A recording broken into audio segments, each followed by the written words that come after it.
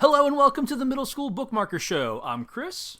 And I'm Brianna. We're teachers reading this middle school novel for the very first time. We hope you'll read it along with us and then listen in on our conversation about it. This week we're covering Schooled by Gordon Korman. We just read chapters 21 and 22, so if you haven't read them, go read them now.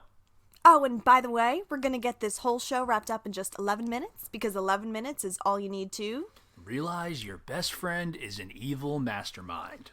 Yeah, so we really pick back up in the middle of the action here. The end of last chapter, we had Cap on the football field in the opposing team's jersey, and this chapter actually picks up from a character we haven't heard from yet, Daryl, who is Zach's best friend. And we've seen Daryl in the background. We think that Daryl was the one that tripped Hugh during yoga one day, but for the most part, we don't know a lot about him yet, except he's an athlete. So they're in the middle of the field for the pep rally. It's a bit of a confusing moment. Hugh kicks Cap out in the middle of the field. Zach Powers screams, "Get him!" and points towards Cap, who is wearing the Rhineland jersey. Daryl gets caught up in the moment, and I think he's the fastest he's ever been in his entire life. Takes off, doesn't question who the player in the jersey is, doesn't question the fact that the coach or the principals didn't say anything. He just jumps on this poor player who is a pretty small Cap. All the football players then follow Daryl. Daryl realizes a moment too late that, oh, wait. But all the other football players were piling on top, and it was too late at that point, unfortunately.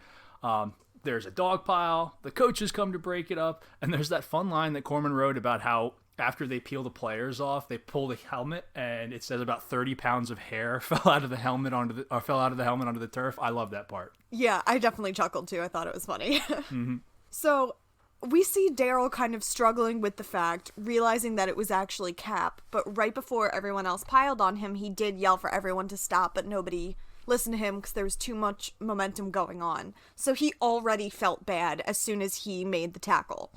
And then to make things worse, the coach is really upset and he's angry. He's telling them, use your heads, it doesn't matter who it was, it doesn't matter if it was another football player, you can't have a whole bunch of people all tackle one person. And there's a point, I think, before the coach comes back where the team just by themselves, they're talking, and Zach says, Cap's nuts, he must have just done it himself.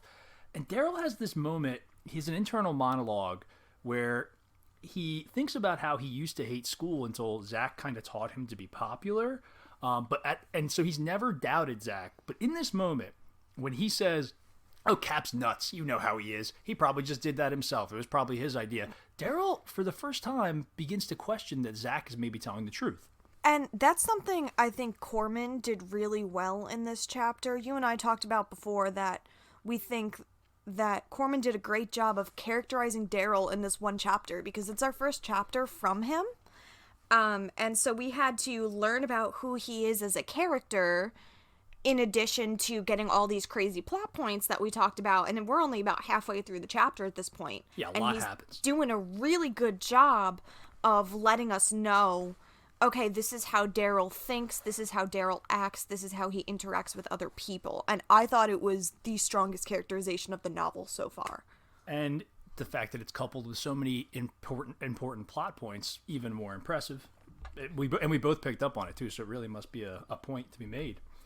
So the coach is mad, we covered that. Everybody ends up heading back to class, and they basically say, like, we'll figure this out when assistant principal Kisigi gets back. There's a rumor going around, there's a funny rumor going around that Cap's going to get revenge by taking over Mr. Rodriguez's bus again and coming after the football team. Probably not going to happen because we know Cap. Daryl goes to his group of friends, like the Zach's circle, and Naomi comes at Daryl. Daryl tries to defend himself, but he's having difficulty, just like he was having difficulty defending himself when the coach was asking him what was up. Lena calms everybody down because apparently she's got little spies all over the place, and she finds out that Cap is okay, and she also finds out that Hugh is in the front office about to get grilled by an administrator. Yeah, and what's interesting, again, with the characterization is Daryl keeps saying how he's not that smart and people are smarter than him, but he instantly figures out that Hugh is not the type of person to just punish somebody else like that because he knows what it feels like. So he knows there must be something else going on there. And he traces it back to that conversation with Zach at lunch. And so then he knows that Zach has to be some kind of mastermind here. And so he starts going after Zach. Yeah, he's thinking like, wait, Hugh and Zach, they're enemies. In fact, I've witnessed Zach bully Hugh. Why were they talking on the side of the table? Daryl realizes that Zach must be up to something, and he's upset. He's upset for Cap. He's upset that he was used as a tool against Cap, basically. Daryl realizes this and goes in linebacker mode and just starts barreling down the hallway towards Zach Powers. Right, so him and Zach kind of start having this argument. Zach's kind of manipulating him with his words and being like, well, you hit him first. You did this. And Daryl can't really stand back up to Zach with words, so he tries to punch him. But he hears a voice from the side that says violence isn't the answer, and accidentally punches the owner of that voice, which just so happens to be Cap. Oh, no. And real quick, I would, because it's important, Zach at the very end of the argument says something like, you have a fat caboose to Daryl, and that's what pushed him over the edge. So he really did step over a line there. Yeah. But yes, he cracks, Daryl accidentally cracks Cap. Cap ends up with a busted nose. They rush him to the nurse's office. And he doesn't really have any information at this point. He does know that the school is pretty mad at him. Daryl doesn't have much information at this point. He does know the school is mad at him. And he realizes in this moment, as he's thinking about it, that he actually really likes Cap now. And he feels bad for all the mean things that he did to him, spitballing him and all that. So Cap took all that abuse with a really positive attitude and won Daryl over and a lot of the other students over. And he has this really interesting line where he says, Cap Anderson was quality. Everybody else is kind of like a quantity thing. Cap Anderson, he's a really quality person. Yeah, that was a line that stood out to me as well. I really liked that line. And I think, again, it showed how Daryl thinks and how the other people in Zach's friend group have started to think of Cap differently. So we arrive at the end of the day, and what do we see outside? We see an ambulance, and Daryl kind of starts freaking out because he's like, oh my gosh, I didn't think Cap was hurt bad enough to need an ambulance, but maybe he does, and so in my head, I was like, I don't think he's hurt enough to need an ambulance either, so I had some, other ideas coming into my head, which I'll share later. I bought it. You did? I thought like he had hurt him worse than he had thought. I ultimately didn't think that Cap was going to get really seriously hurt, but I thought that maybe things were going to turn on Daryl and that Zach would all of a sudden turn his sights on Daryl and Hugh would have to team up. That was where my reader's brain was at the end of the chapter, but I was wrong. Interesting. Yep. So they take Cap to the ambulance, and Daryl just, doesn't know what to think about that. He's really upset, and that's how that chapter ends. So then we pick up with the ambulance doors opening, and we see Rain inside for chapter 22. This is Cap's narrated chapter. That was my prediction. I was so proud of myself. You got it. I got it wrong. So good job. So he swings the doors open. The ambulance is not for Cap. It's for Rain. It's actually with Rain. They're going to grab Cap, head to the Donnellys, and then go back to Garland. She says that they're heading home because her rehab is finished. We got to ramp up the speed a little bit, Brianna. Yeah. So they head to the Donnellys, and Ms. Donnelly isn't there, but Sophie is. They go.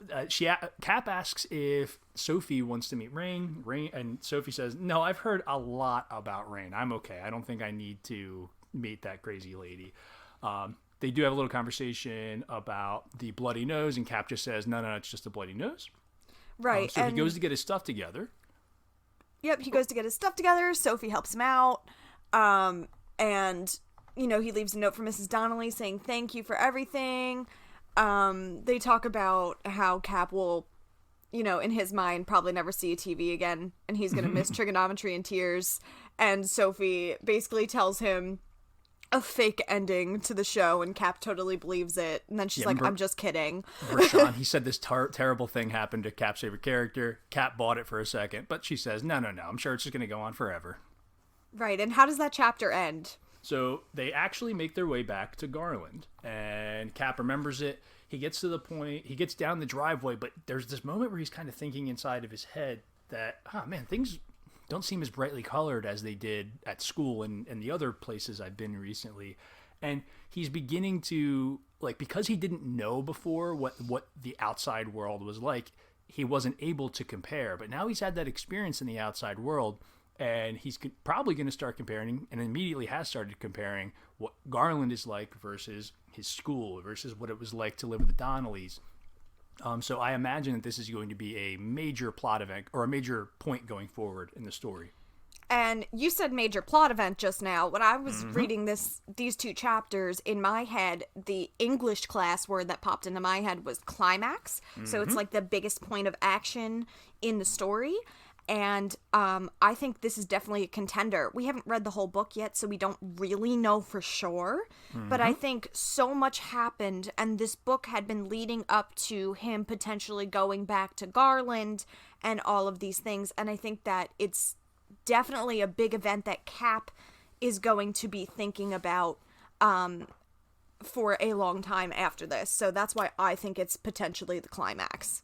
And some of the times, some ways that you think about climax, you actually said it, is some people say it's about what the most transformative moment for a character is, and in that sense, yeah, this might be the climax. I'm not sure though. I think the climax is still upcoming. I think we're at the very tail end of the rising action. And you know what else we're at the tail end of? The show. The secret word for this episode is lonely.